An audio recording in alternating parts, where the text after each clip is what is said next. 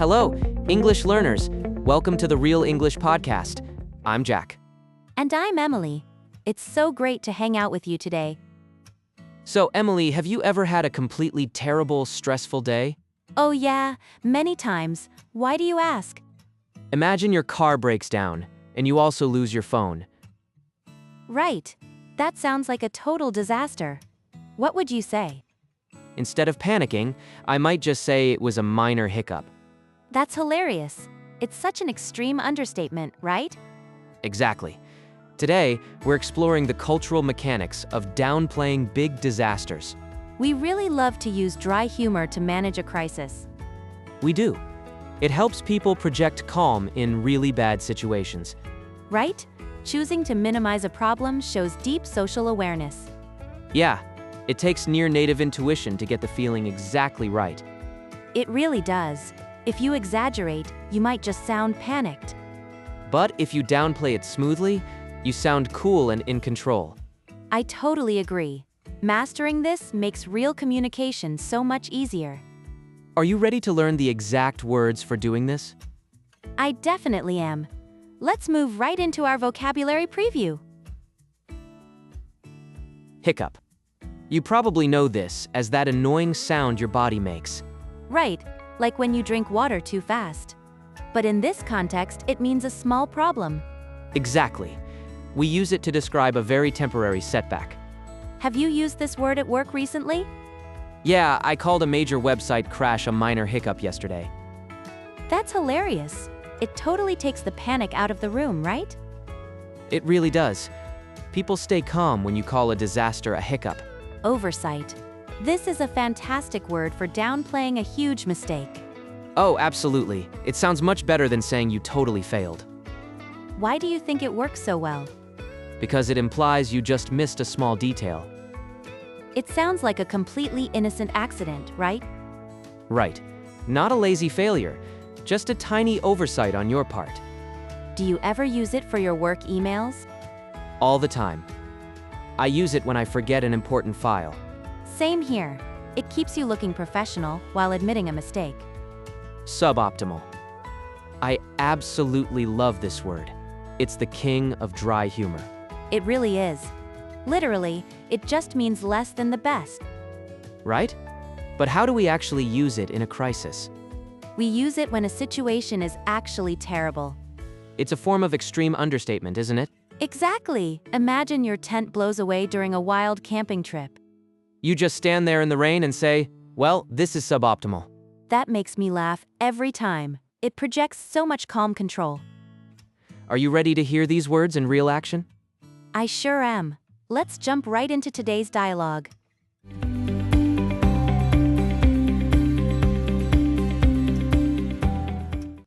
Marcus, do you have a quick second to chat? Sure, Chloe.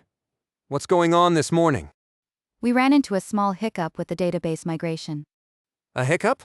How small are we talking exactly?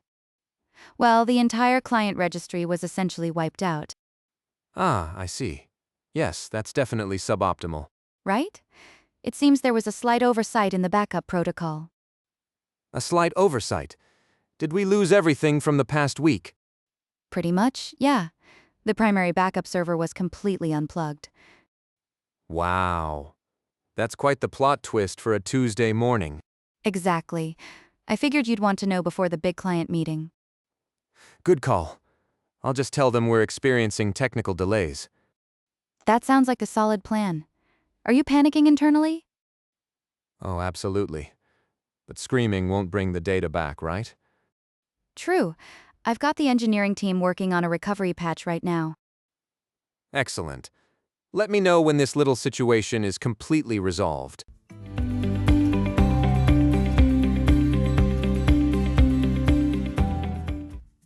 Welcome back to the language takeaway. Let's look at the vocabulary we just heard. Yeah, we heard some great examples of understatement today. Fluent speakers really love to downplay disasters, right? They absolutely do. It projects a strong sense of calm. What was the first word we used in the dialogue? Our first word is hiccup. We heard the phrase ran into a small hiccup. Right? A hiccup is usually just a funny body reflex. But in a work setting, it means a minor problem. Have you ever used it to describe a massive failure? Oh, all the time. Like when the company website completely crashes. I just call that a slight hiccup. It sounds much less scary than a total disaster, doesn't it? Exactly. Our next word is suboptimal. I really love this word. It means less than the best. Why do near-native speakers use it for terrible situations? It adds some dry humor. It makes bad news sound a bit funny. Like when it heavily rains on your outdoor wedding? Right. You just casually say the weather is definitely suboptimal. That's a perfect example. We also use the phrase, a slight oversight. Yeah, an oversight is a mistake where you just forgot a detail. Like forgetting to pay a very important vendor bill? Exactly. Calling it a slight oversight softens the bad news. It sounds like a totally innocent mistake, right? It really does. What was the last phrase we heard? We heard the phrase, quite the plot twist. You usually hear about plot twists in movies or fictional books. Have you used it for a real-life disaster? Yeah, like showing up to the airport on the wrong day entirely. Wow, that's quite the plot twist. It magically turns a stressful event into an entertaining story. These phrases help you handle daily stress like a pro. They definitely do. Try using them next time things go completely wrong. So, we looked at some great words for downplaying things. Yeah, they really help you sound calm under pressure. But how do we actually build sentences with them? That is a great question. It is all about the grammar of understatement, isn't it? Exactly. We use softeners and negative phrasing. What do you mean by negative phrasing? Instead of saying something is terrible, you say it is not great. Right. That softens the blow quite a bit. Have you ever used the pattern, it's not exactly? Oh, all the time. Like, it's not exactly ideal. Exactly. You're saying it is a disaster, but politely. It sounds so much better than panicking, right? Totally. Another good pattern is, we've got a bit of a... Oh yeah, we've got a bit of a delay. Even if the delay is 5 hours long. It is just so funny how we do that. Why do you think we use a bit of a so much? I think it makes the problem feel smaller. Good point. It gives everyone space to breathe. Let's look at how to talk about personal mistakes. That is always a tricky one. It sure is. How do you admit a mistake calmly? I usually start with, I might have slightly... Like, I might have slightly deleted the entire database? Ha! Yes, that is a perfect example. The word slightly really does a lot of heavy lifting there. It really does. It minimizes the blame. And what about unexpected bad changes? You can say things took a slight turn. That sounds like a gentle way to introduce bad news. Yeah, instead of saying everything is completely ruined. Right? You just hint that the original plan changed. Let's break these patterns down for our listeners. Now that we've unpacked those minor hiccups and suboptimal oversights, let's listen to the dialogue one more time.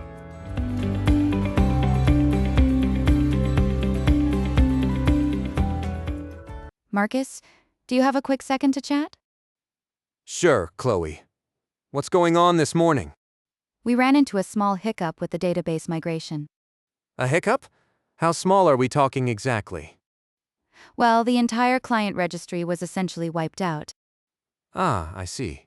Yes, that's definitely suboptimal. Right? It seems there was a slight oversight in the backup protocol. A slight oversight. Did we lose everything from the past week? Pretty much, yeah. The primary backup server was completely unplugged. Wow. That's quite the plot twist for a Tuesday morning. Exactly. I figured you'd want to know before the big client meeting. Good call. I'll just tell them we're experiencing technical delays. That sounds like a solid plan. Are you panicking internally? Oh, absolutely. But screaming won't bring the data back, right? True. I've got the engineering team working on a recovery patch right now. Excellent. Let me know when this little situation is completely resolved.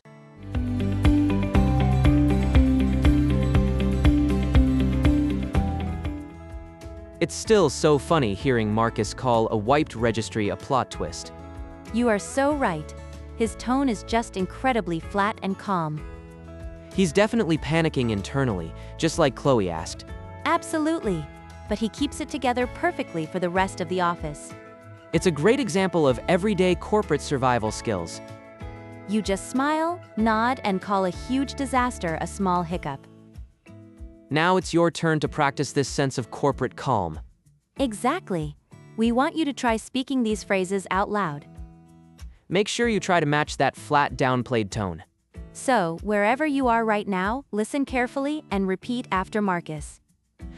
Let's hear you talk about those minor hiccups. We ran into a small hiccup with the database migration.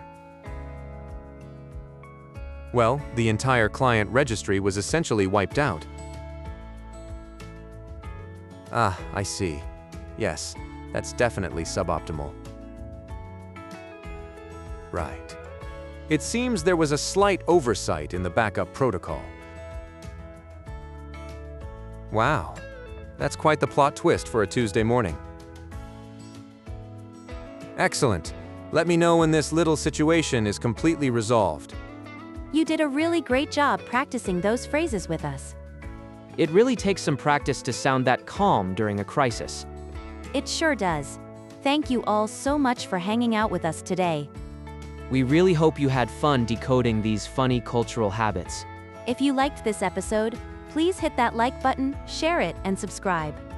It really helps us out, and we love making these lessons for you. Hopefully, your work week has zero plot twists or suboptimal oversights. We will definitely see you guys again in the next video. Goodbye for now, and remember to keep practicing.